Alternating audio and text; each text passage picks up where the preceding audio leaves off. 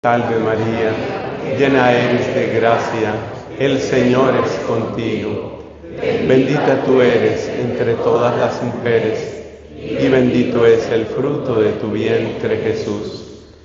Santa María, Madre de Dios, ruega por nosotros pecadores, ahora y en la hora de nuestra muerte. Amén. En el nombre del Padre, y del Hijo, y del Espíritu Santo. Amén. Siéntense, por favor. Mis hermanos queridos, esta es una enseñanza especial para servidores. Yo creo que poco a poco en nuestra Iglesia Católica vamos saliendo de una pasividad que consiste en que muchos laicos miraban su vida cristiana simplemente como asistir a la misa, ayudar con el dinero a la iglesia y posiblemente ser amigos del sacerdote. Esa es una ayuda, ese es un apoyo que es muy importante.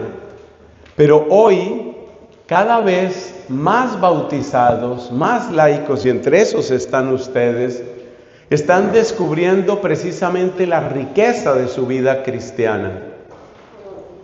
Cada vez hay más bautizados que descubren que la parroquia no es solamente para asistir, por ejemplo, a los sacramentos, sino que también es un lugar de encuentro, un lugar de evangelización, un lugar donde se desarrollan talentos, dones artísticos, un lugar de apoyo a quienes tienen grandes necesidades en su cuerpo, por ejemplo, alimento que necesitan, ropa que necesitan.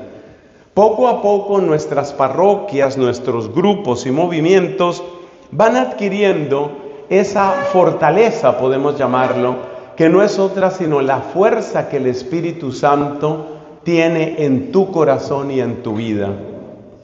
Y de ahí surge que hay una serie de bautizados y de bautizadas que se toman en serio su vida cristiana, que no se contentan simplemente con ser buenas personas, no se contentan con asistir a los sacramentos, sino que cada vez tienen una acción más comprometida, más generosa, más alegre. Evangelizan, cantan, organizan, apoyan, y todo esto, no me cabe la menor duda, es un fruto precioso del Espíritu Santo que está relacionado con eso que nos enseñó el Concilio Vaticano II. Cuando el Concilio Vaticano II habla de los laicos, dice algo que es muy hermoso. Dice que el laico está llamado a llevar el reinado de Cristo a todas las esferas de la vida. Y eso es lo que está sucediendo. Llevamos el reinado de Cristo a la vida de la pareja. Llevamos el reinado de Cristo a la vida de familia. Y tenemos que llevar el reinado de Cristo al mundo de la ciencia, a la literatura, a la política. Tenemos que llevar el reinado de Cristo hasta los confines del mundo, porque a eso nos llamó, a eso nos envió Jesucristo. Y esa misión de llevar el reinado de Cristo a tantos lugares, esa misión es compartida entre nosotros los sacerdotes y ustedes los laicos. Pero yo quiero destacar el papel de ustedes, porque ustedes pueden llegar donde no llega ningún sacerdote, a través de sus lugares de trabajo, a través de sus lugares de deporte, a través de sus lugares de música o de amistad. Ustedes llegan donde no llega ningún sacerdote. Entonces, aquí entran las dos palabras que son fundamentales en esta enseñanza. Ahí ya vamos terminando la introducción. ¿La introducción cuál era? La riqueza del bautismo. ¿Qué es lo que están haciendo ustedes?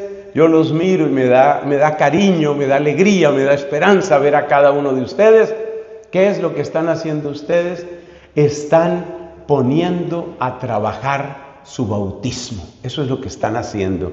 El bautismo no fue una semilla que quedó seca, que quedó frustrada. Ustedes están poniendo a trabajar su bautismo. ¿Y qué se necesita para que ese bautismo dé mucho fruto? Se necesitan dos cosas. Y esas dos cosas son el corazón de la enseñanza que quiero ofrecerles en esta oportunidad. Las dos cosas que se necesitan para que tu bautismo dé fruto, para que tu compromiso cristiano realmente llegue a su mejor conclusión, son generosidad por una parte, prudencia por otra parte, que también podríamos llamarla sabiduría, también podríamos llamarla discernimiento, también podríamos llamarla armonía, pero vamos a dejar la palabra prudencia. Entonces, las dos palabras claves para un servidor, o sea, para los servidores en general, las dos palabras claves son generosidad y prudencia. Yo hago esta comparación, una comparación con el mundo del automóvil. Podemos decir que la generosidad es el motor y podemos decir que la prudencia es el timón o cabrilla o volante, como cada uno lo llame. Para un automóvil se necesitan básicamente esas dos cosas. Se necesita que haya un motor. Si no hay motor, no hay movimiento. Pero se necesita también que haya, ¿qué es lo que tiene que haber? Un timón, una dirección. Entonces, ¿qué es el motor para nosotros? El motor es la generosidad. Si no hay generosidad, no hay motor. Si no hay generosidad, no hay movimiento. Si no hay generosidad, me quedo en mi casa cómodo. Esta predicación la estamos ofreciendo un día domingo por la tarde. Yo estoy seguro que si tú revisas tu pasado, los domingos por la tarde tú hacías otras cosas.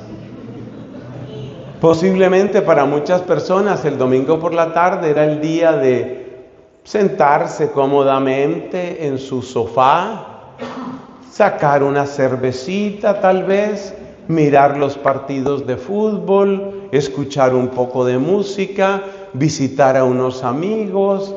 Era el día en el que se hacía una barbacoa bastante tarde. Y aquí estamos. ¿Por qué? Porque hay algo que te sacó de tu casa. Hay algo que te dijo, levántate de ese sofá. Hay algo que te dijo, vamos, ese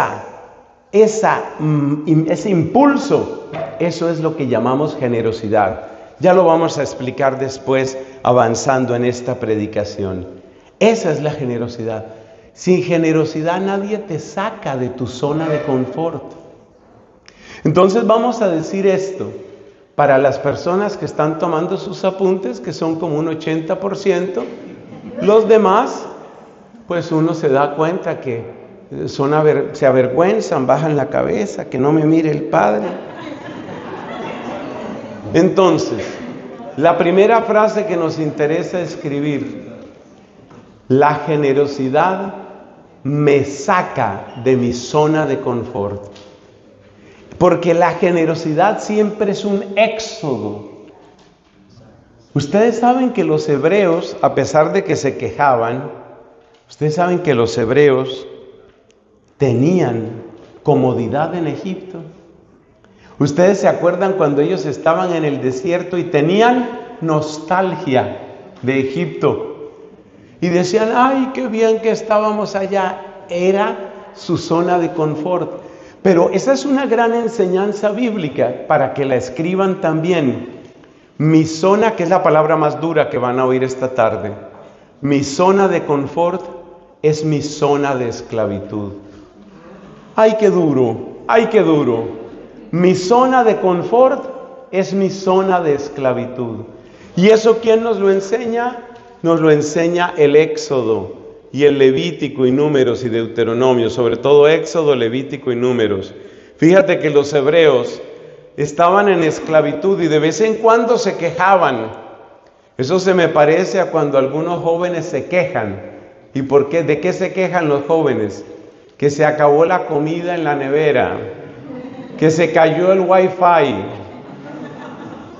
Es decir, nos quejamos, pero nos quejamos en nuestra zona de confort. Y los hebreos se quejaban, pero se quejaban en lo que se había convertido su zona de confort.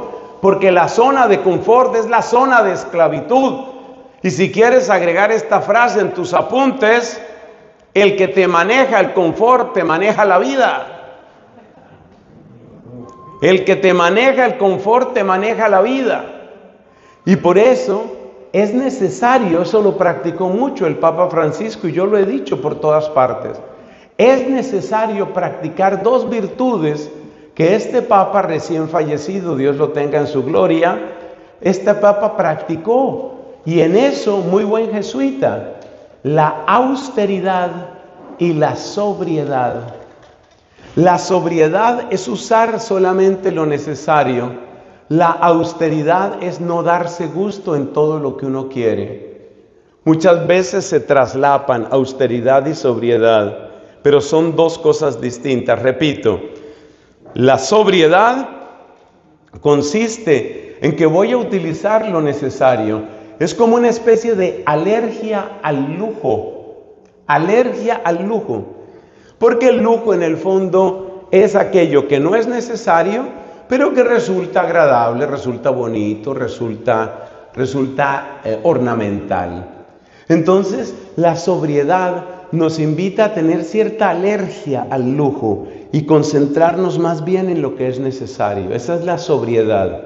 Y la austeridad consiste en que no me voy a dar gusto en todo. Hay una amplia intersección entre esas dos. Luego hay que completarla con la tercera virtud muy de los jesuitas, que es precisamente la generosidad. Cuando la persona cultiva la sobriedad y la austeridad, normalmente cultiva también la generosidad. Y ustedes seguramente vieron fotos que mostraban la generosidad del Papa. No lo estoy canonizando, yo sé que hubo límites y cuestionamientos muy serios en el pontificado de Francisco. No lo estoy canonizando, pero a cada uno hay que reconocerle lo suyo. Este hombre duró casi 2 meses en su última hospitalización en el famoso Hospital Gemelli, allá en Roma. Y cada día sacaba un rato para comunicarse por medio de teléfono celular con el único párroco católico en la ciudad, o mejor dicho, en la franja de Gaza. Y estaba ahí con oxígeno, casi sin poder hablar, preguntando: ¿cómo están ustedes? ¿Cómo están los niños? Él tenía como ese amor especial por los niños de Gaza, que indudablemente cuando termine ese conflicto, van a ser los que van a quedar más lastimados y más traumatizados. Entonces, fíjate, un papa que vive la sencillez, la sobriedad, la austeridad y llega a la generosidad. Entonces, la generosidad es el éxodo continuo del alma que sale de la zona de confort y que sale de la zona de esclavitud. Porque el que me maneja el confort, me maneja la vida. Por eso hay un peligro tan grande en estas sociedades en que hay tanto confort. Lo que llamamos los países desarrollados muchas veces tienen un gran confort. Hay una solución para todo. A mí me salen con frecuencia en mis redes sociales, me salen videos que muestran cómo se vive en distintos países desarrollados, muchos de ellos, cómo se vive en Corea del Sur, cómo se vive en Japón, cómo se vive en Canadá y así países desarrollados. A mí me asombra las cosas que uno se encuentra ahí. Tienen un aparato para todo. Todo tiene un aparato. Usted necesita lavar sus sneakers, sus tenis, decimos en otros países. Hay una máquina que le lava los tenis y se los seca. Todo tiene solución. Robot aspiradora para toda la casa. Inteligencia artificial para unas cosas y otras. Hay que tener cuidado, son adelantos, Pero cuidado, porque los adelantos a veces son también esclavitudes. Entonces, la zona de confort es la zona de esclavitud. ¿Y la generosidad qué es? La generosidad es el éxodo.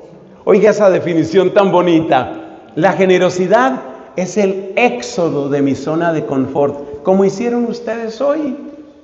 ¿Por qué ustedes están hoy aquí? Porque salieron de su zona de confort. Si no, se hubieran quedado por allá, qué sé yo, en un paseo, en una visita, o simplemente viendo series, dándose un banquete de series de Netflix o de lo que sea. La generosidad nos saca de la zona de confort y por eso la generosidad nos libra de la esclavitud, de la sutil esclavitud de la comodidad, porque esa es una esclavitud. Bueno, entonces, ahora que ya tenemos un primer concepto sobre lo que es la generosidad, vamos a hablar de la generosidad de Dios y de la generosidad de su Hijo, nuestro amado, el Señor Jesucristo. Vamos a hablar de la generosidad divina y vamos a hablar de la generosidad de Cristo. Porque esas referencias que son fundamentales nos van a enseñar qué significa ser generoso desde el punto de vista cristiano, porque somos cristianos. De la generosidad divina, yo recomiendo siempre Salmo 103. Bendice, alma mía, al Señor y no olvides sus beneficios. Los beneficios de Dios que son abundantes. No nos trata según nuestras culpas. No nos trata según nuestras culpas. Como dista el oriente del ocaso, aparta de nosotros nuestros delitos.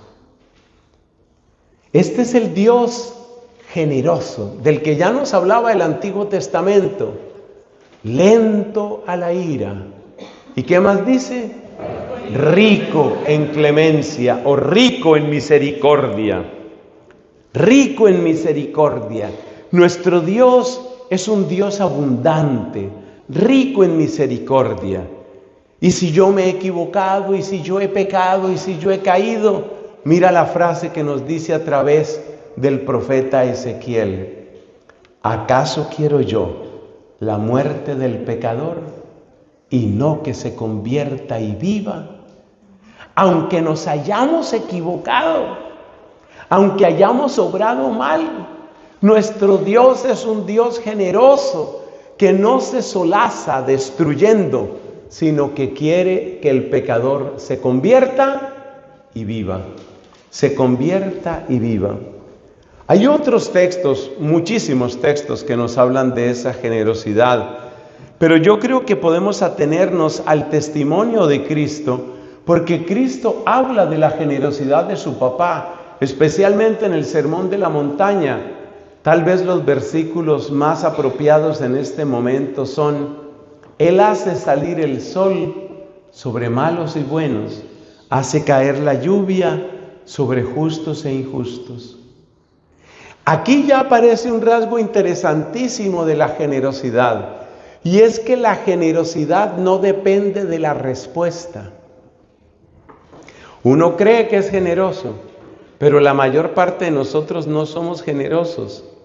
En realidad no somos generosos a la manera de Dios, porque la auténtica generosidad no depende de la respuesta. ¿Por qué eso es tan importante?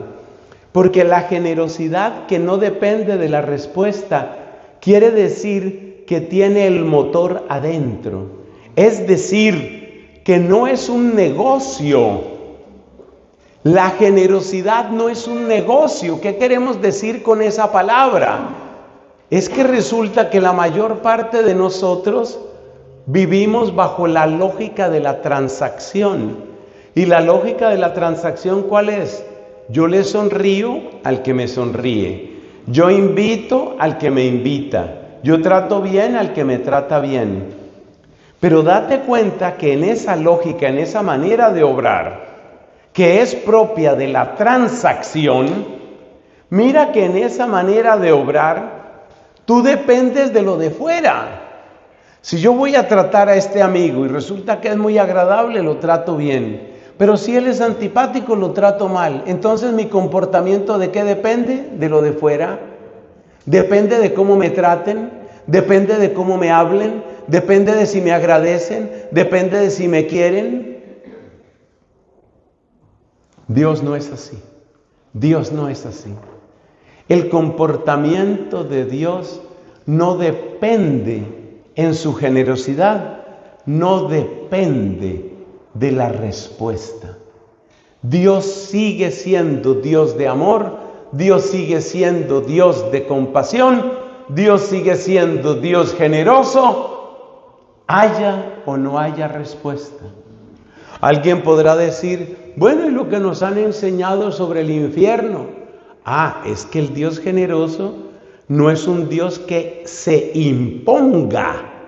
El Dios generoso es un Dios que respeta tu libertad.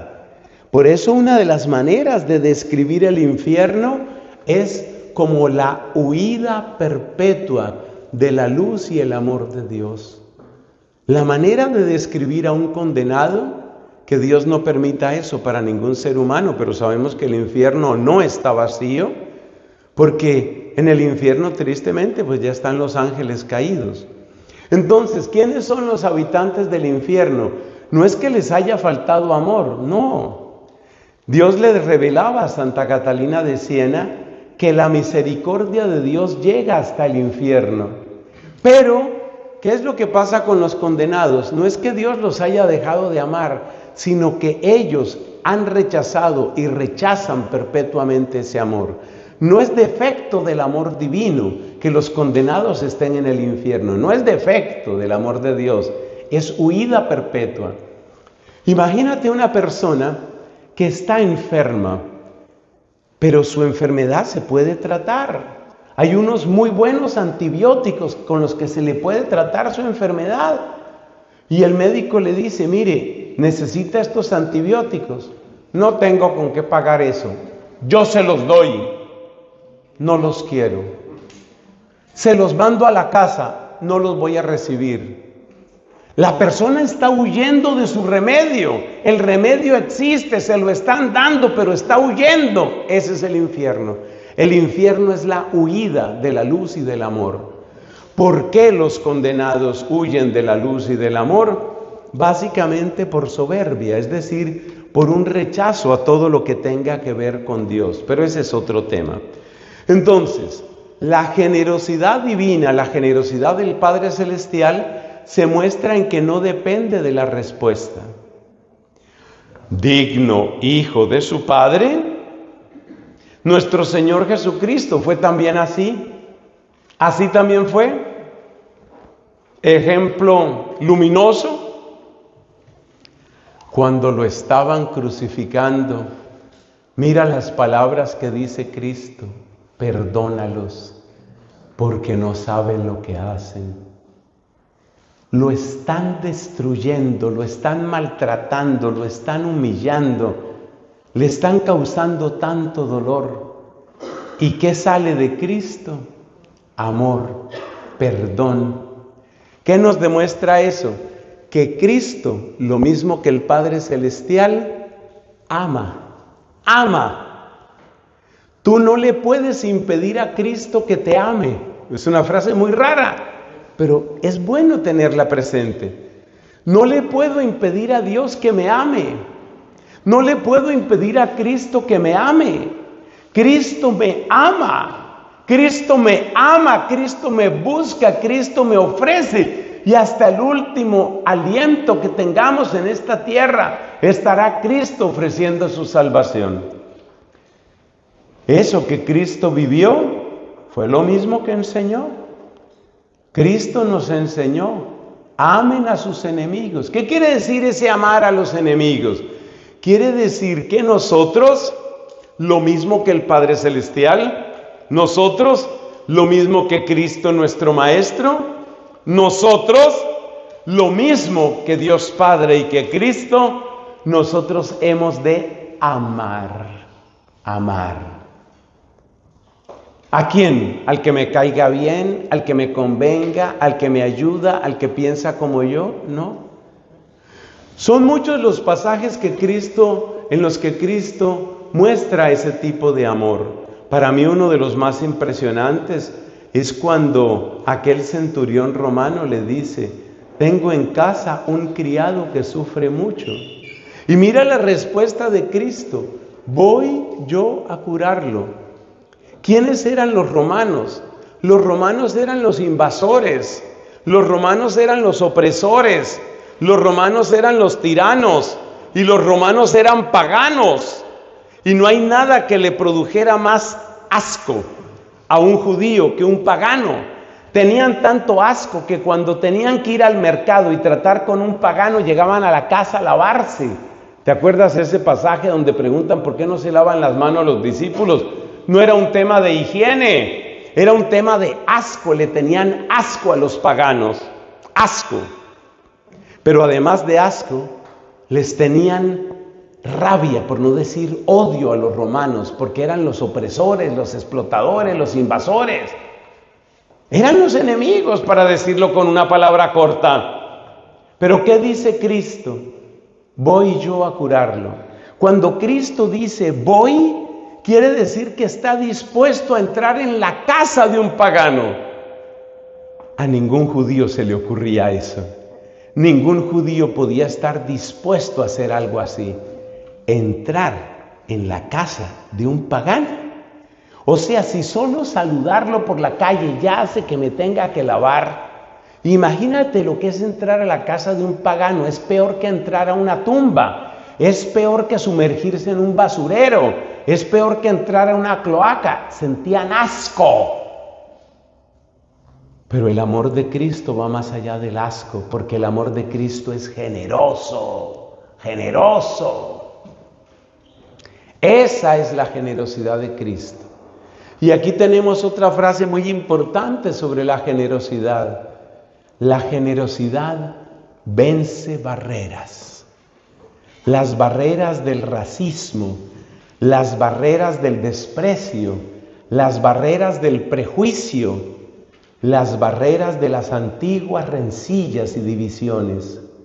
Acuérdate ese pasaje que tantas veces lo citamos en tantos consejos, cuando estaba Cristo atravesando la región de Samaria. Judíos y samaritanos no se entendían, ni poquito. Cristo, cansado por el camino, se sienta al borde del pozo. Y se acerca una mujer samaritana. Y Cristo le dice: dame de beber. Parece la frase más sencilla del mundo, pero resulta que él es hombre y ella es mujer. Y en esa cultura, un hombre nunca le habla a una mujer desconocida en la calle, nunca. No le habla. Porque se consideraba que la mujer a la que tú te diriges en la calle tiene que ser una mujer de pésimas costumbres. Como se dice, expresión durísima, una mujerzuela. Y Cristo le habla a esta mujer. Pero es que además, y esto era más grave en ese momento, esta mujer era samaritana y él judío. Pero es que Cristo, como dice San Agustín, tenía sed del agua del pozo, pero sobre todo tenía sed de la fe de esa mujer. Y buscando el bien que podía darle, el bien que podía hacerle a esa mujer, buscando ese bien, Cristo vence prejuicios. Que no se le habla a una mujer en la calle, no me importa, me importa ella. Mejor dicho, me importa tanto ella, que por amor al corazón de ella, por amor al futuro de ella, por amor al alma de esa mujer, paso por encima de la costumbre, paso por encima del prejuicio. Que ella es samaritana y yo soy judío, paso por encima de eso. La generosidad sabe superar barreras, sabe romper obstáculos. La comodidad no. La comodidad construye excusas.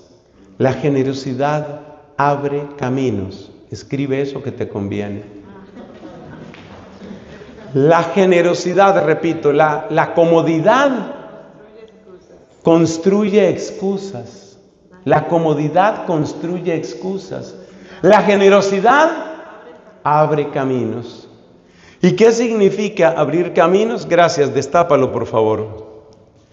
La generosidad abre caminos. Destápalo, gracias. ¿Qué significa abrir caminos? Significa que para mí no va a haber excusas. Eso es lo que significa. Para mí no va a haber excusas. Y esto es tan importante en el servicio en la iglesia. Porque así como había excusas en aquel tiempo de los samaritanos y los judíos, así también hay excusas en este tiempo. Y qué fácil que es encontrar excusas. Mira, que necesitamos que tú evangelices, que nos ayudes con tal grupo. No, yo es que no sé hablar, pero ¿puedes ayudar con un canto? No, tengo como mal la garganta. Pero es que no hemos encontrado quién no, y yo no sé, yo hasta les ayudaría a buscar, pero el teléfono no sé, no me agarra señal. La comodidad es buena para crear excusas. Alguien decía, ahora que estamos aquí con esta deliciosa agua fresca, alguien decía que la generosidad es como el agua. ¿Cómo así? Date cuenta que el agua se va abriendo camino. Tal vez algunos de ustedes, depende de en qué casa vivan, algunos de ustedes han conocido problemas de filtración. Oye, qué capacidad la que tiene el agua para meterse. Y uno dice, pero ¿por dónde se mete? Es que es famoso ese ejemplo de cómo el agua se mete hasta donde uno no cree. Y uno dice, pero ¿por dónde se metió? ¿Dónde está la filtración? Y hay plomeros y gente que trabaja en eso que dicen, pues vamos a buscar. ¿Por dónde? ¿Por dónde se está metiendo el agua? No, que es una teja que se movió y eso recorre tantos metros y baja por aquí, luego se va por allá y llega a esa pared y dañó toda una pared. No necesito, gracias. Y llega y daña toda una pared. Eso es lo que hace el agua. Por supuesto, ahí es agua que hace daño. Nosotros es para hacer el bien. Pero tú me entiendes el mensaje. El mensaje es, encuentra una solución. El mensaje es, abre un camino. Nosotros somos gente muy cómoda, muy cómoda. Y es impresionante cómo Jesucristo abre caminos. Y hasta el final, y aquí termino la parte de Dios Padre y de Cristo, hasta el final Cristo abrió caminos. Para mí, uno de los caminos más impresionantes es el que se cuenta en Marcos capítulo 16, capítulo 15, precisamente cuando Cristo muere. ¿Quién estaba ahí presenciando esa muerte? Pues mucha gente, pero entre otros un centurión romano. Para que nos entendamos y para hablar cortico, un centurión romano era básicamente un sádico entrenado en torturar. Porque es que el propósito principal con la crucifixión no era matar enloqueciendo de dolor a una persona para que todos los demás lo vieran. Es lo que se llama un castigo ejemplar. De lo que se trata es de torturar a la persona, producirle un nivel enloquecedor de dolor, un espectáculo tan terrible que quedara grabado para siempre en la gente que lo iba a ver. Esa es la cruz. No es simplemente ejecutar a una persona, es torturarla y torturarla para convertirla en ejemplo. Y este hombre, este centurión, era uno de esos sádicos contratados por el Imperio Romano. Él se alimentaba de eso, de torturar, de matar. De eso era de lo que él se alimentaba. Entonces te puedes imaginar cuál era el nivel de dureza de ese corazón. Tú te puedes imaginar qué clase de pedernal, qué clase de blindaje tenía ese señor en el alma, matando gente y torturando gente. Sabrá Dios cuántos años llevaba en eso. Pero Cristo con su generosidad, Cristo que tiene un amor que es como el agua, Cristo logró colarse en ese corazón, logró colarse. ¿Por qué lo sabemos? Porque cuando nuestro Señor murió, pero fíjate, tuvo que llegar hasta la muerte. Cuando nuestro Señor murió, ¿qué dijo el centurión? Verdaderamente este hombre era hijo de Dios. O sea, finalmente el diluvio, porque el corazón de Cristo es un diluvio del amor divino, un diluvio que no le cabía en el pecho, el diluvio que se derramó, esa expresión es de Catalina de Siena. Dice Catalina que el corazón de Cristo era como un saco de amor que se rasgó, se rompió en la cruz para derramarse sobre el mundo. Ese diluvio de amor le cayó al centurión y por algún lado logró escurrirse el agua hasta que llegó a ese centro de esa alma que estaba sumergida en las tinieblas, prisionera del odio y del sadismo. Hasta allá logró llegar. Un hombre que estaba acostumbrado a torturar y a ser insensible frente a los gritos de dolor, las maldiciones o lo que dijeran los pobres condenados. Imagínate lo que es producirle dolor a una persona y que se queje y que a ti no te importe, porque lo tuyo es producirle más y más dolor durante muchas horas para que los demás vean. Ese era el trabajo de él. Esto nos muestra cuál es la verdadera generosidad. La generosidad no se detiene, sino cuando logra el fruto. O vamos a decirlo en positivo, la generosidad llega hasta el fruto. La comodidad se mide por la subjetividad. La generosidad se mide por el resultado. Si yo fuera usted, yo escribiría eso. No se cansen. La comodidad se mide por la subjetividad. No, yo ya trabajé mucho. Yo yo estoy cansado. A mí nadie me pone cuidado. La gente no hace caso. Aquí nadie se compromete. Yo creo que les caigo mal. Todos me miran feo. Yo no vuelvo por allá. Esa es la subjetividad. Es decir, para la comodidad, la medida es cómo me siento yo. Esa es la medida. Para la comodidad, la medida de la comodidad es subjetiva. ¿Cómo me siento yo? No, me siento mal. Conclusión, no voy a trabajar más. ¿Por qué? Porque me siento mal. Como allá me siento mal, mejor me siento bien en mi sofá.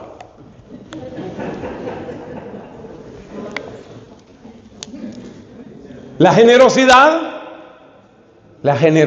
no se mide subjetivamente.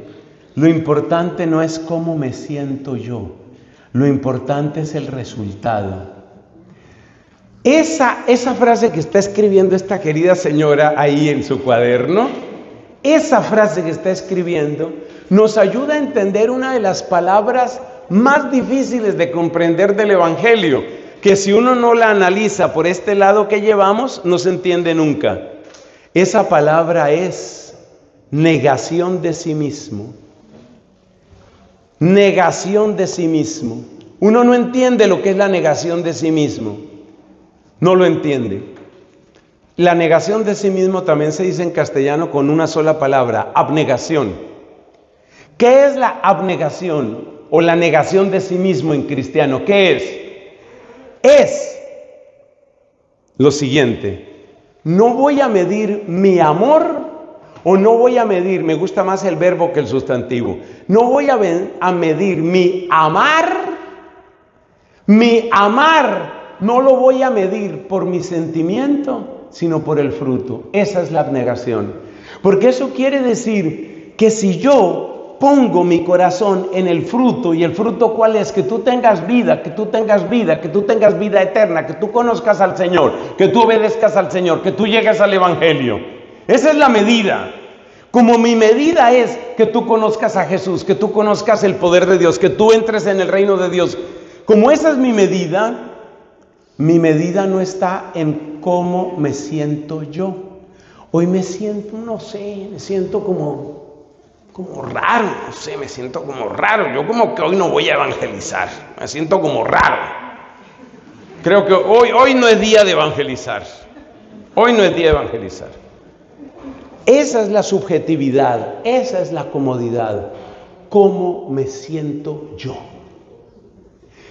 Cuando uno no le pone tanto cuidado a cómo me siento yo, sino que uno le pone cuidado a cuál es el fruto, cuál es la necesidad afuera. Por eso el Papa Francisco nos decía, iglesia en salida, en salida.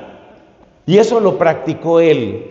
Y una vez más digo, no lo estoy canonizando, pero que hizo, practicó cosas buenas, las hizo y nos dejó buenos ejemplos. Entonces, no es cómo me siento yo, la idea es qué hace falta. Y ese olvido de Cristo de sí mismo, esa abnegación. Por eso Cristo también decía, el que no tome su cruz cada día, no puede ser discípulo mío.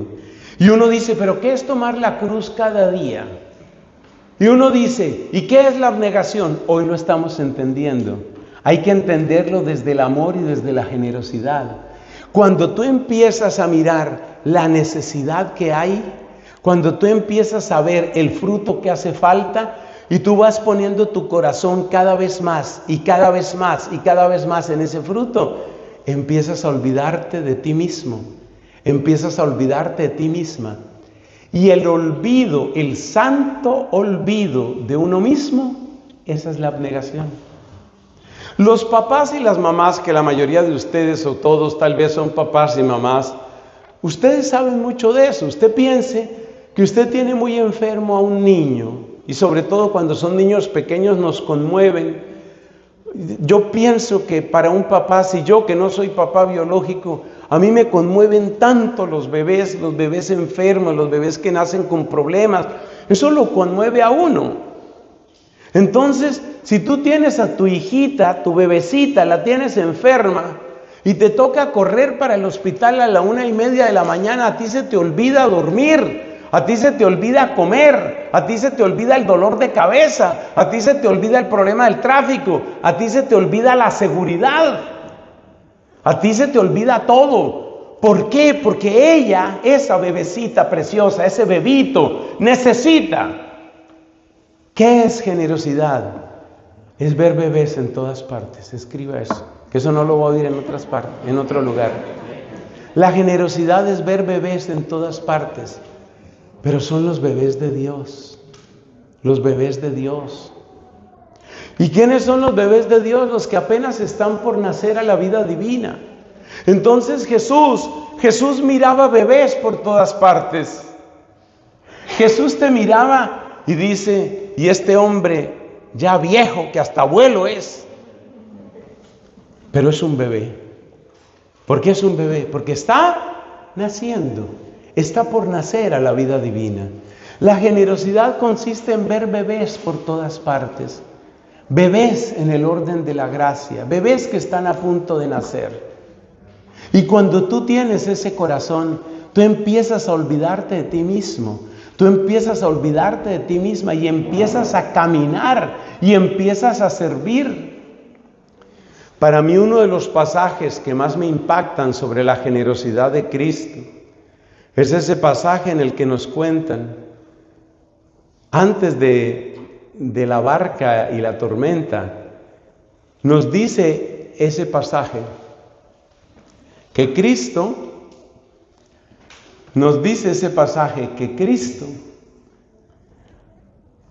lo llevaron a la barca tal como estaba,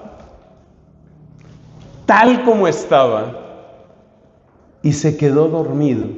Y cuando yo predico de ese pasaje, ¿sabes cómo yo lo digo? Él no estaba dormido, estaba exhausto. O tal vez tendríamos que decir desmayado. Ese era Cristo. Se había entregado de tal manera. Llevaba tantas horas predicando, sanando, exorcizando, acogiendo, aconsejando. Tantas horas que llegó al límite de sus fuerzas y no tenía fuerza ya para llegar a la barca. Olvidado de sí mismo, completamente olvidado de sí mismo, dio paso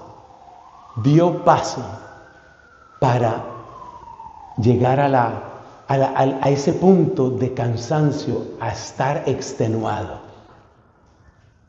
Ese es el olvido de sí mismo. Ese es el olvido de sí mismo, esa es la abnegación. Entonces, el modelo de abnegación para nosotros es Cristo.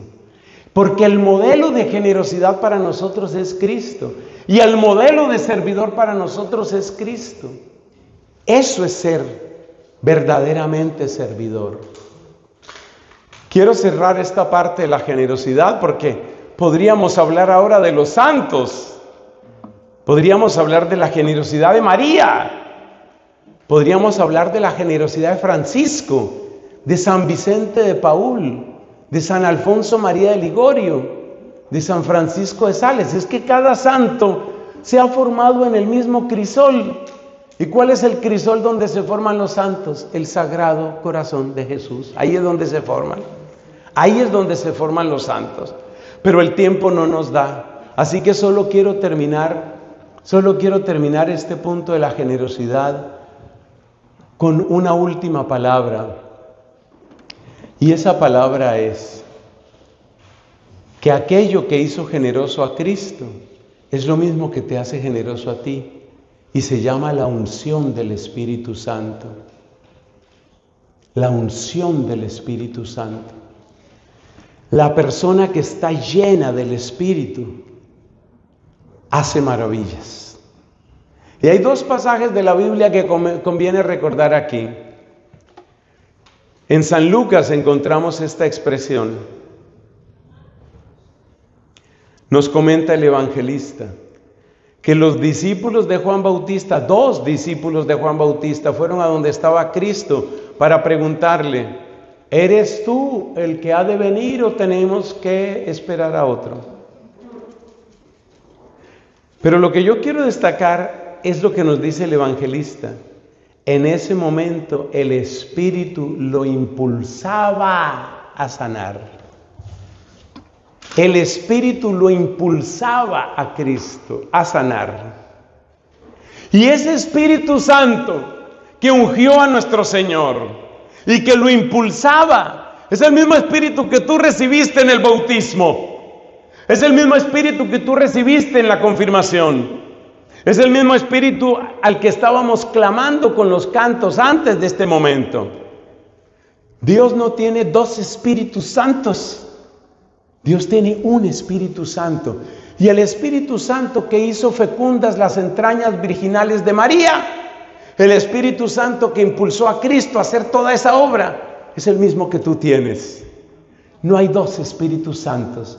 Y por eso, la llave de la generosidad no está únicamente en nuestra voluntad, que yo me lo propongo y yo lo logro. No. La voluntad humana llega hasta la lógica de la transacción. La voluntad humana llega según el resultado. Si yo estoy orando por una persona y esa persona como que no cambia, yo lo voy a sacar de las prioridades de oración, mejor oro por otra persona.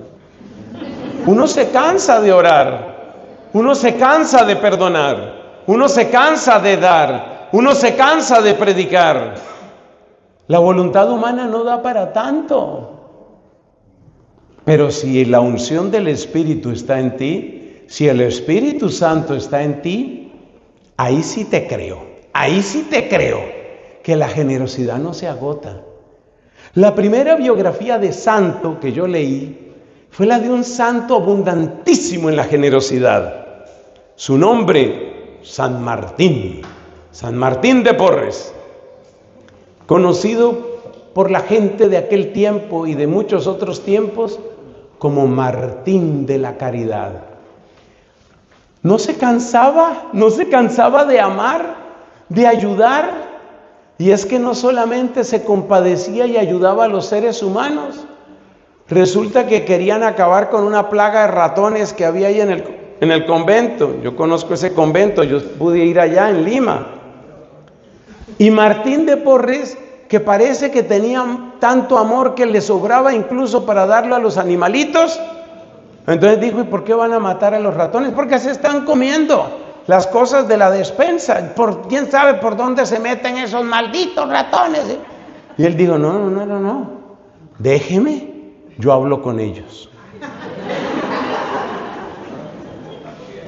Para que vea lo que es la generosidad de los santos.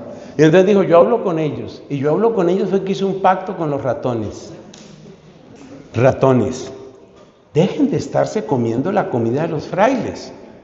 Vengan aquí a esta hora, yo les doy su comida a ustedes, porque tiene que alcanzar para todos. El mismo Espíritu Santo que hizo a Cristo, porque Cristo significa ungido por el Espíritu, ese es el mismo Espíritu Santo que le llegó a San Martín de Porres. Y a ti, y a ti, y a mí. Ese Espíritu es el que nos hará generosos. Pasemos a la última parte de esta enseñanza. La última parte sobre la prudencia. ¿Por qué es necesario hablar de la prudencia cuando hablamos de la generosidad? Respuesta: es necesario hablar de la prudencia porque a veces somos imprudentes. Es necesario hablar de la prudencia porque si uno no tiene sabiduría, uno no ama de la manera correcta. El amor cristiano es un amor lleno de discernimiento, de luz y de sabiduría. La frase que no corresponde a la fe cristiana es esa frase que se repite tanto: el amor es ciego. Falso. El amor en Cristo, con Cristo, por Cristo y para Cristo nunca es ciego. El amor nuestro es amor con los ojos abiertos, y te voy a explicar por qué. Tomando enseñanza de Santo Tomás de Aquino, gran maestro, nosotros sabemos que amar es buscar el mayor bien del otro. Pero eso quiere decir que para amar, o sea, para buscar el mayor bien tuyo, yo necesito saber quién eres, qué necesidad tienes, cuál es el bien adecuado, cómo puedo yo ayudar a ese bien. Y todas estas preguntas requieren conocimiento y sabiduría. Entonces, como la generosidad finalmente es uno de los nombres del amor, eso también quiere decir que necesitamos de la prudencia. Por eso te dije que también podíamos hablar de sabiduría, podíamos hablar de discernimiento, podíamos hablar de armonía. La generosidad tiene que ir acompañada de la sabiduría, de la prudencia, de la luz. Tiene que ir acompañada de un buen discernimiento para hacer auténtica generosidad. Voy a dar dos ejemplos extremos. Yo sé que son ejemplos extremos, pero no son inventados, son reales. Conocemos personas a las que se aplica ese refrán que tiene distintas versiones en las casas, en los países digo, porque el refrán dice: luz de plaza y oscuridad de casa. Eso tiene distintas versiones. Esa, por ejemplo, es una imprudencia. La persona que es tremendamente generosa con todo el mundo y en la evangelización, la generosidad y el trabajo en la parroquia y no sé qué, los hijos desatendidos. Esa es una imprudencia, eso es una falta de discernimiento, eso es una falta de luz, así no es. Es un ejemplo extremo, pero pasa. Y hay veces que hay gente que está convirtiendo a toda la parroquia, pero tiene a los hijos vueltos un desastre, o tiene descuidada a la esposa, o tiene descuidado al esposo. Y hemos conocido incluso casos, eso ha pasado en mi país, de algunos predicadores muy conocidos, laicos, que hablan de la grandeza del matrimonio, la importancia del matrimonio, viva el matrimonio. Hermano, y la semana entrante seguimos con el tema, no, porque me estoy separando. ¿Ve? Entonces esa es una imprudencia y por eso se necesita balance, se necesita prudencia, se necesita sabiduría. Pero yo sé que algunos pueden pensar, oye, un momentico, espérate, no me confunda, Fray Nelson. Un momentico. Tú me estabas diciendo que la generosidad era sin límites hasta quedar exhausto como Cristo, entregarse por completo como Cristo. Y ahora me estás diciendo que tengo que ponerle freno. Al fin, ¿con qué me quedo? Te voy a explicar con la ayuda de Dios y los ejemplos de la Biblia. Sí, la generosidad, ya dijimos, es uno de los nombres del amor. Hasta ahí vamos bien. La generosidad es un nombre del amor. Pero también dijimos que el amor requiere una luz. Sobre todo, la primera luz que requiere el amor es la capacidad de autocrítica. Y les voy a comentar el caso de un sacerdote de mi comunidad que murió hace muchos años. Y no voy a decir el nombre por respeto a su memoria porque la cosa no acabó bien. Para que usted vea que el amor requiere autocrítica. Y la primera luz que requiere el amor es el autoexamen crítico de cómo estoy amando, por qué estoy amando y a quién estoy amando. Este sacerdote de mi comunidad, en mi país, era un hombre que tenía un don especial para el trabajo con los jóvenes. ¿Qué más le puede alegrar a uno? O sea, para los que amamos a los jóvenes con mucho carisma o con poco carisma, ¿qué más le puede alegrar a uno que un sacerdote que sepa llegar a esos corazones de muchachos y de muchachas? Así era este padre. Eso fue hace bastantes años. Bueno, este padre entonces tenía ese carisma, tenía ese don, le llegaba a los muchachos, organizaba encuentros, retiros, congresos, salidas, excursiones, cualquier cosa que este bendito padre organizara, se llenaba y se llenaba de jóvenes. Hasta ahí uno dice, bendito sea Dios, realmente es algo que se necesita, hasta ahí vamos bien. Pero pasaron dos cosas que preocupan mucho. Como él tenía eso que en inglés llaman ese outreach, ese alcance, esa manera de llegarle a los muchachos, poco a poco fue adoptando las costumbres de los jóvenes. Y resulta que como él le llegaba a muchos jóvenes alejados de la fe, algunos de los cuales eran medio alcohólicos, el padre empezó a volverse alcohólico porque él tomaba con los jóvenes. Y algunos de ellos también consumían otras cosas. Y entonces el padre, que se sentía tan a gusto y que pasaba horas y horas y horas con esos muchachos, pues empezó a tomar las mismas costumbres de ellos. ¿Qué le faltó a ese padre? Le faltó prudencia. Si tú vas a estar con los jóvenes, no es para imitar sus defectos, no es para que ellos te lleven a su mundo, es para que tú los traigas al mundo de Cristo. Y eso requiere mucho, pero mucho esfuerzo y mucha dedicación y muchísima oración. Fíjate cómo Cristo comía con los pecadores y este padre comía con los pecadores. Pero Cristo sacaba a los pecadores de su pecado y los llevaba a la santidad. Esto no le sucedió a este querido sacerdote. Se fue llenando de distintos vicios y esa es una de las razones por las que tuvo una muerte temprana. Eso se llama imprudencia. Ahí tienes un ejemplo de que él era muy generoso, pero claro, él era generosísimo. Se daba a esos muchachos y trabajaba con ellos, podía pasar la noche entera hablando, compartiendo y al principio todo iba muy bien. Mucho Cristo, mucho evangelio, mucha palabra de Dios. Pero insensiblemente fue resbalando. ¿Qué le faltó? Autocrítica. La primera luz que necesita el amor es la autocrítica, es el examen. Por eso Una amiga de la que me han oído hablar, que se llama Catalina, Santa Catalina de Siena, dice: en la base de toda vida espiritual tiene que estar el conocimiento de sí. Si tú no te estás examinando, si tú no conoces dónde está tu corazón, ahí es donde vienen las trampas del enemigo. Y eso le sucedió lamentablemente a este sacerdote. Y nadie va a decir que a él le faltaba generosidad. Mira, él no se medía. Cuando se trataba de sus muchachos, él no se medía. Pero ese es el problema, que no se medía. Y entonces empezó a caer en imprudencias.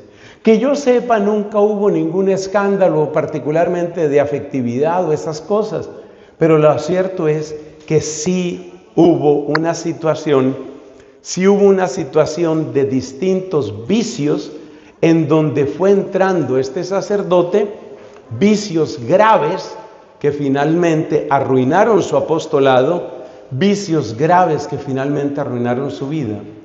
Además, hay otro problema con el que hay que tener muchísimo cuidado, y es que el auténtico amor no escoge tanto. Fíjate que todo el tiempo te he dicho, refiriéndome a este padre, por el que hay que orar, esperamos que Dios lo haya mirado con misericordia por las buenas obras que hizo. Fíjate que este padre, todo el tiempo te he dicho, trabajaba con jóvenes. Escoger tanto a quién servir, ponle un signo de interrogación. Por eso a nosotros los sacerdotes en general, seamos religiosos o diocesanos, por eso a nosotros siempre nos insisten en la virtud de la obediencia. ¿Por qué? Porque uno puede decir, no, es que a mí me encanta trabajar con jóvenes, para mí los jóvenes son importantísimos, los jóvenes. Espérate, ¿y no será que tú quieres trabajar tanto con ellos porque te gusta? El amor se confunde fácilmente con el gusto, pero son dos cosas distintas. Una cosa es que yo ame a los jóvenes, en el sentido de que estoy buscando su bien, quiero acercarlos a Cristo, quiero que conozcan la palabra, quiero que lleven una vida cristiana y católica, eso es amor. Pero que a mí me gusta, el gusto muchas veces puede ser egoísta y el gusto también puede ser cómodo.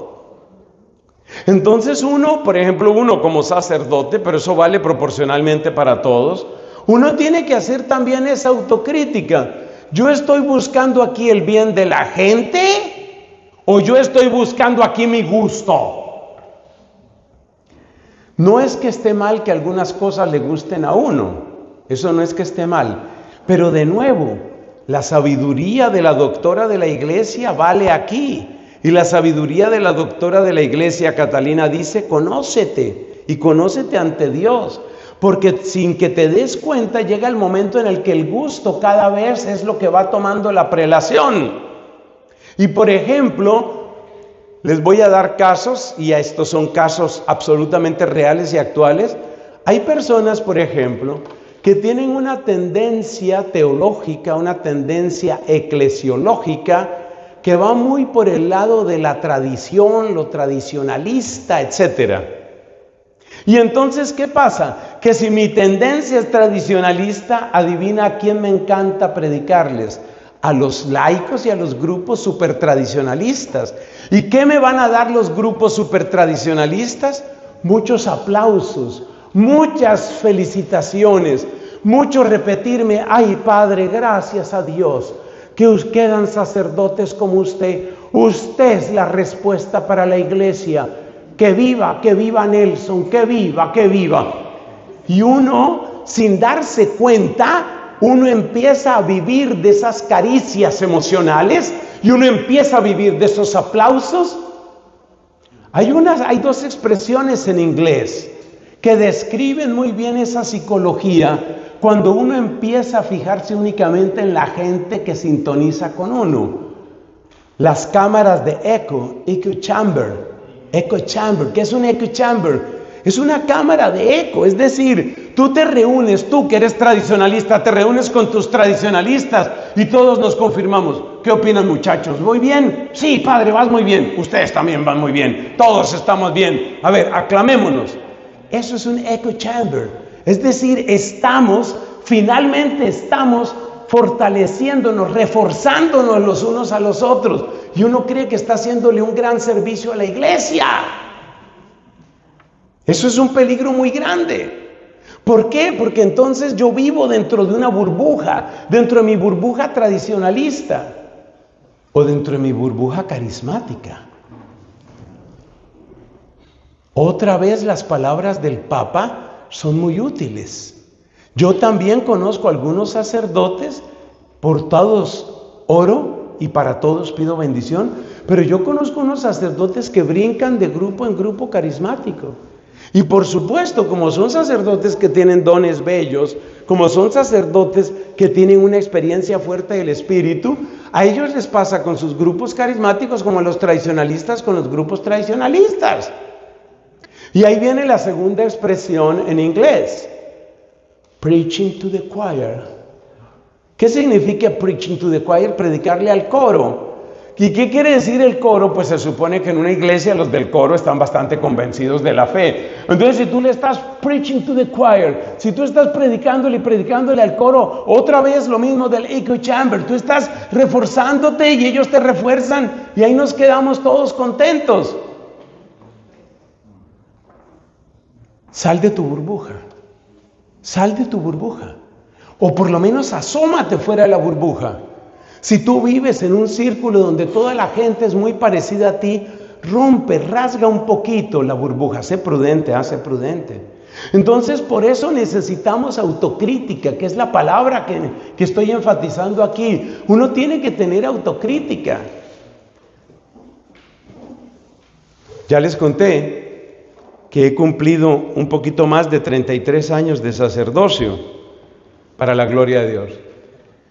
Si ustedes me preguntan a mí, ¿cuáles son los 2 recuerdos, solamente 2, más bonitos que yo tengo de 33 años? Yo les voy a decir cuáles son.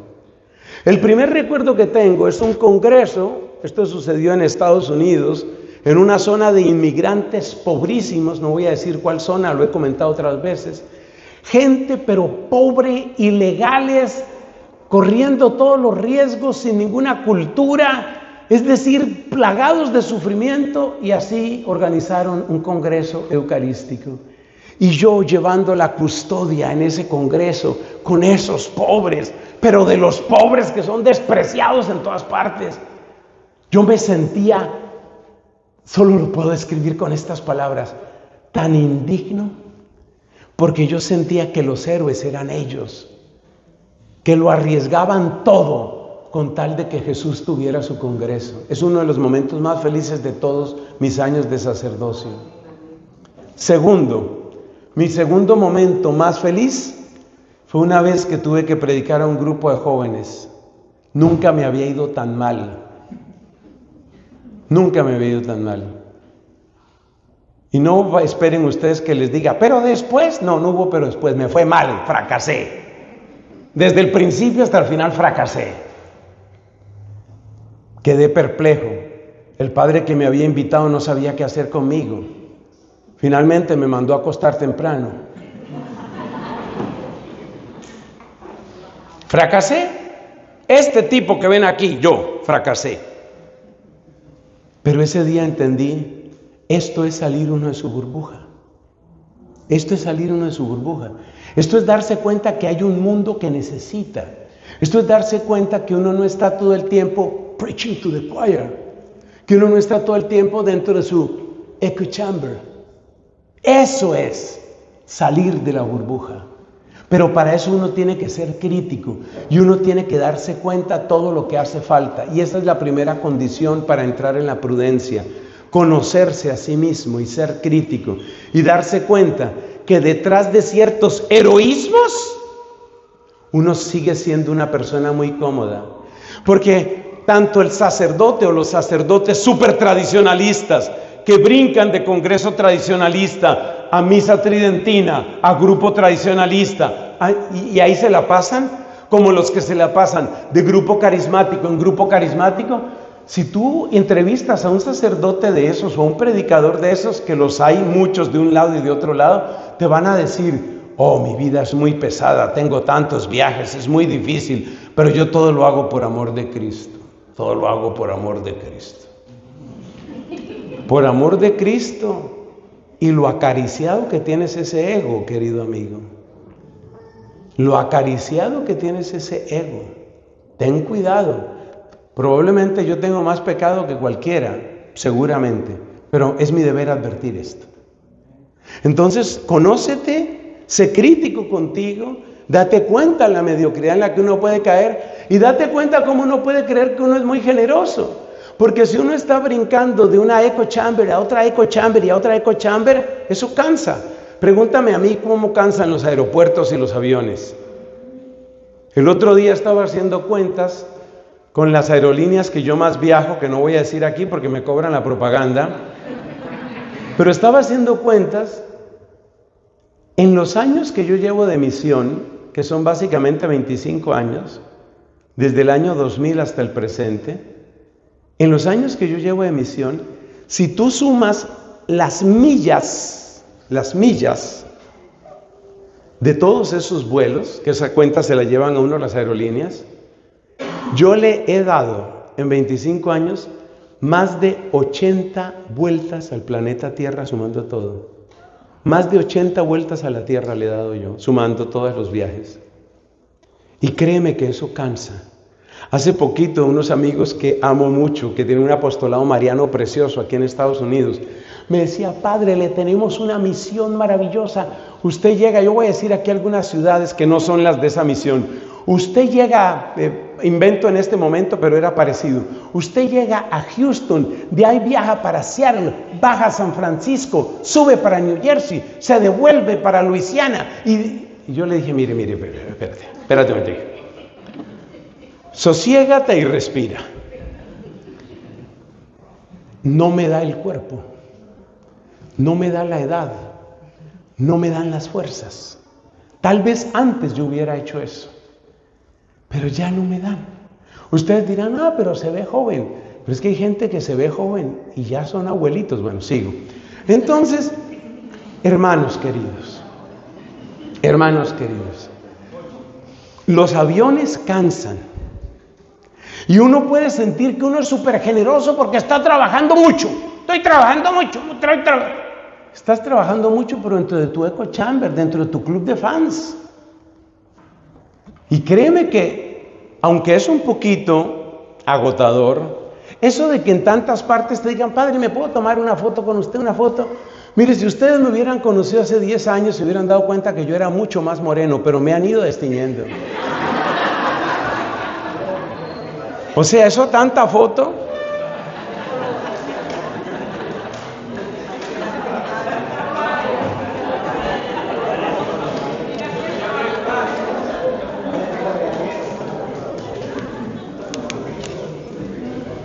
Entonces, lo primero es la autocrítica para la prudencia. Examinarte delante de Dios. Van a ser 3 principios que voy a plantear. ¿El segundo cuál es? El segundo es recordar que hay un orden en el amor.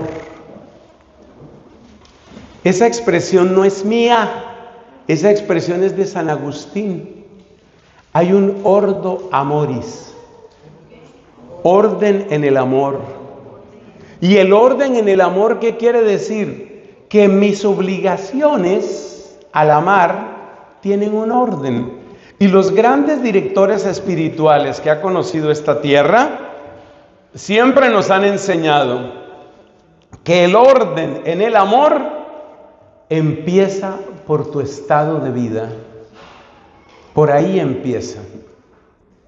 ¿Tu estado de vida en qué consiste? Tú, por ejemplo, eres una persona casada. Por el hecho de ser una persona casada, por el hecho de tener ese estado de vida, hay un orden en el amor. Entonces, ya que estamos hablando de que la generosidad es un modo de amar, tenemos que tener claro que hay un orden en el amar. Entonces, por ejemplo, yo cuando conozco a algunos laicos que son casados y que predican y predican y predican, yo digo, Dios mío, presérvalo, porque ya conozco 2 casos de laicos casados que se les dañó el matrimonio porque estaban así. O sea, nunca estaban para la esposa, nunca estaban para los hijos. Hay un orden en el amor.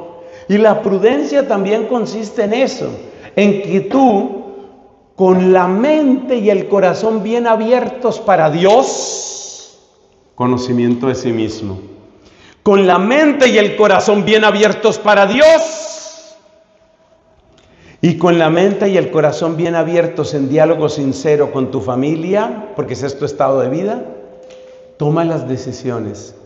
Tú no puedes pasar por encima de lo que siente, de lo que piensa, de lo que sufre tu pareja.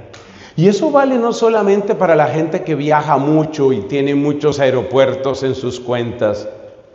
También tenemos el caso, yo conocí también el caso de una señora muy comprometida en la iglesia, pero muy comprometida en la iglesia. Es que esta historia es tan bonita. Para mi gusto, el único pesar es que no es una historia de nuestra iglesia católica, es una historia de protestantes, pero yo creo que aplica. Es que es la historia que conocí hace poquito de una señora que de lunes a domingo y de domingo a lunes estaba siempre en la iglesia, siempre, ayudando, y estaba en el comité de flores, y estaba en el comité de canto, y estaba en el comité de limosnas, y estaba en el comité de los pobres, y cada día tenía otra reunión. Y entonces mira lo que decía, pero ella siempre se quejaba, yo sirviendo al Señor, pero qué pesar que ni mi esposo ni mis hijos, ni mi esposo ni mis hijos.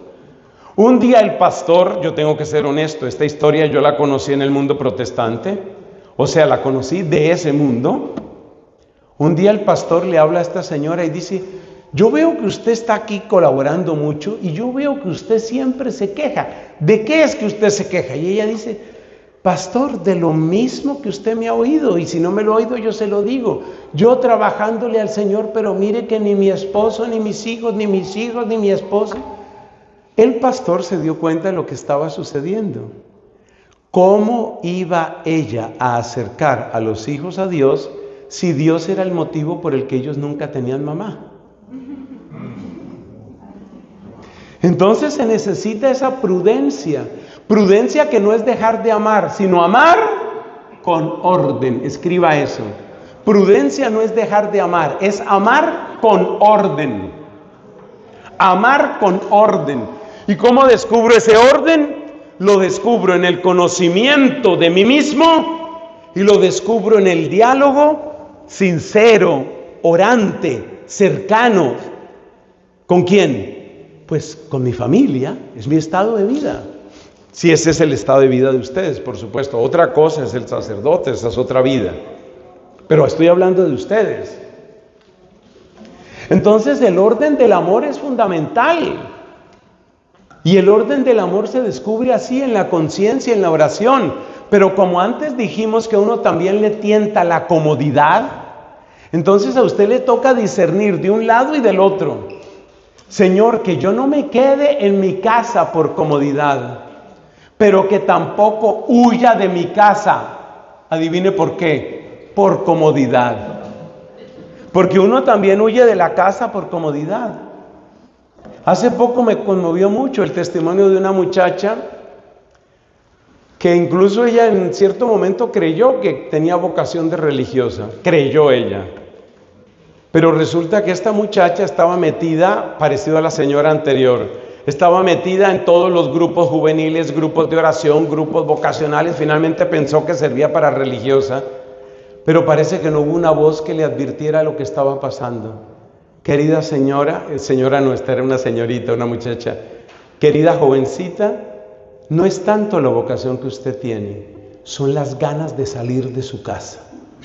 Y así como hay gente que por salir de la casa hasta se casa, así también hay personas, son pocas, que por salir de la casa hasta para un convento, hasta para un convento. O sea que la comodidad a veces te amarra a la casa, pero la comodidad, o sea, para no sentirme mal o para no afrontar problemas o cosas así. La comodidad te saca de la casa. Ese discernimiento hay que hacerlo. Si yo estoy siempre fuera de la casa, ¿no será por comodidad? Me conmovió mucho lo que me decía una joven en un retiro no hace mucho. Me dice, yo me di cuenta que a mí no era que me gustara la calle, no era que me gustara la calle, es que no me gustaba nada la casa. Oiga eso. No era que me gustara la calle, porque ella misma dice, yo me acabé de criar en la calle, qué feo, qué duro eso. Pero no era que me gustara la calle, era que no me gustaba la casa. Esa es la realidad de ella. Entonces, primer discernimiento, mirar mis intenciones, hacer autocrítica. Segundo discernimiento, mi estado de vida y el orden del amor. Tercer discernimiento, importante en el orden de la prudencia. El famoso discernimiento de los frutos. Jesús dijo, por sus frutos los conoceréis. El discernimiento de los frutos es vital. Discernimiento de los frutos. Ya les comenté el caso de este sacerdote dominico de allá de mi país, que lamentablemente, digamos, en lo que ven los ojos humanos, acabó mal. Ya les comenté ese caso. Pero hay una cosa que les quiero decir y que tiene mucho que ver con esto. Ya sabemos cómo acabó él, cómo acabaron todos esos muchachos que eran súper amigos de él, cómo acabaron esos muchachos que rodeaban con lágrimas abundantísimas su ataúd. ¿Qué pasó con ellos? Resulta que acercarse a la iglesia, poquito. Cambio de vida, poquito. Dejar los vicios, poquito. Y eran súper amigos de un sacerdote. Entonces uno tiene que hacer también ese discernimiento. ¿Cuál es el fruto de esto? ¿Cuál es el fruto de esto? En cierta comunidad que yo conozco, casi todos mis ejemplos son de mi país, por supuesto, lo que más conozco. En cierta comunidad que yo conozco, decidieron que era muy importante tener un grupo de intercesión, personas que canalizaran las intenciones. Yo creo que a todos nos parece bello eso, un grupo de intercesión. En el grupo de intercesión estaban varias personas, obviamente, la mayoría de ellas eran señoras. No voy a decir aquí que porque eran señoras, pero lo cierto es que todas eran señoras y el hecho es que se volvieron muy amigas y el hecho es que estas señoras que se volvieron súper amigas, intensamente amigas, pues después empezaron a ser muy comunicativas entre ellas. Entonces hablaban mucho, se comentaban mucho, hablaban bastante, hablaban de todo el mundo. Entonces las intercesoras se volvieron chismosas Inc.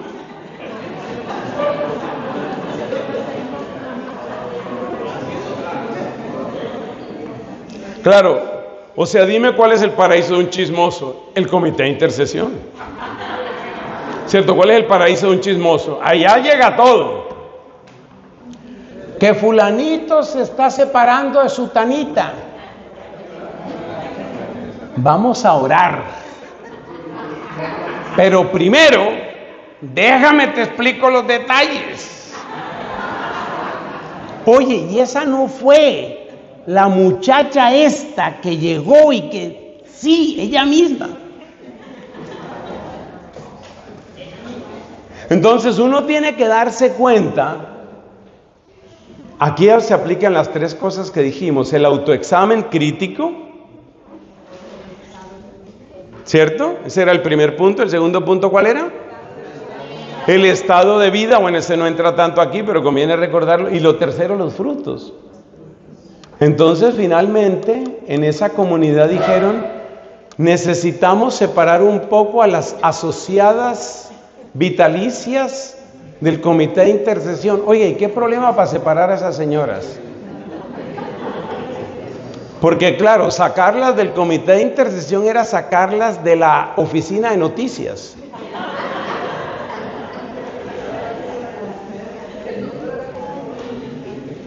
Oiga, qué complicado que es el corazón humano, ¿cierto? Qué complicado que es el corazón humano. Entonces uno tiene que preguntarse por los frutos. Así como que hubiera mucho fruto, esas intercesiones, parece que no tanto. Pero que estaban informadas esas señoras, ese fruto sí se daba. Entonces ya lo último no las llamaban las intercesoras, sino las informadas. Otros decían que eran la CIA.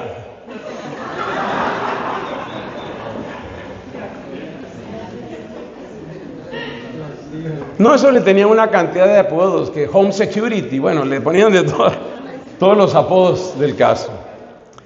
Hermanos queridos, apliquemos esas 3 normas de prudencia: examen crítico, orden del amor, atención a los frutos. Eso significa que si uno aplica esos criterios, uno no va a dejar de amar, uno no va a dejar de ser generoso, uno no va a dejar de servir, pero seguro lo va a hacer con mayor sabiduría, lo va a hacer con mayor fruto, para la mayor gloria de Dios. Pongámonos de pie, por favor.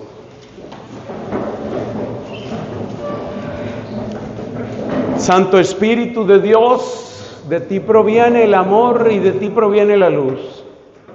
Tú eres el Espíritu que empuja a los misioneros y tú eres el Espíritu que da su ruta a los doctores de la iglesia. Espíritu que nos regalas el don de sabiduría y el don de fortaleza. Espíritu Santo de Dios, toma mi mano en este momento para bendecir a esta hermosa asamblea. Bendice a estos queridos varones y a estas queridas mujeres. Bendícelas, bendícelos. Que seamos llenos de ti, Señor, para responder con amor a tu amor. Bendícenos y llénanos de ti, Espíritu Santo, para que sepamos discernir y no caigamos en los múltiples disfraces de la comodidad que nos están encadenando. Que seamos páginas vivas del Evangelio, que anhelemos con todo nuestro corazón lo que es bueno, lo que agrada, lo perfecto, como dice el apóstol San Pablo. Y ahora, Divino Espíritu, toma mi mano, que Dios ungió en su misericordia, no para servicio mío, sino para servicio del pueblo elegido. Toma mi mano para bendecir a estos hermanos amados, en el nombre del Padre, y del Hijo, y del Espíritu Santo. Amén. Que Dios los bendiga siempre, hermanos. Muchas gracias.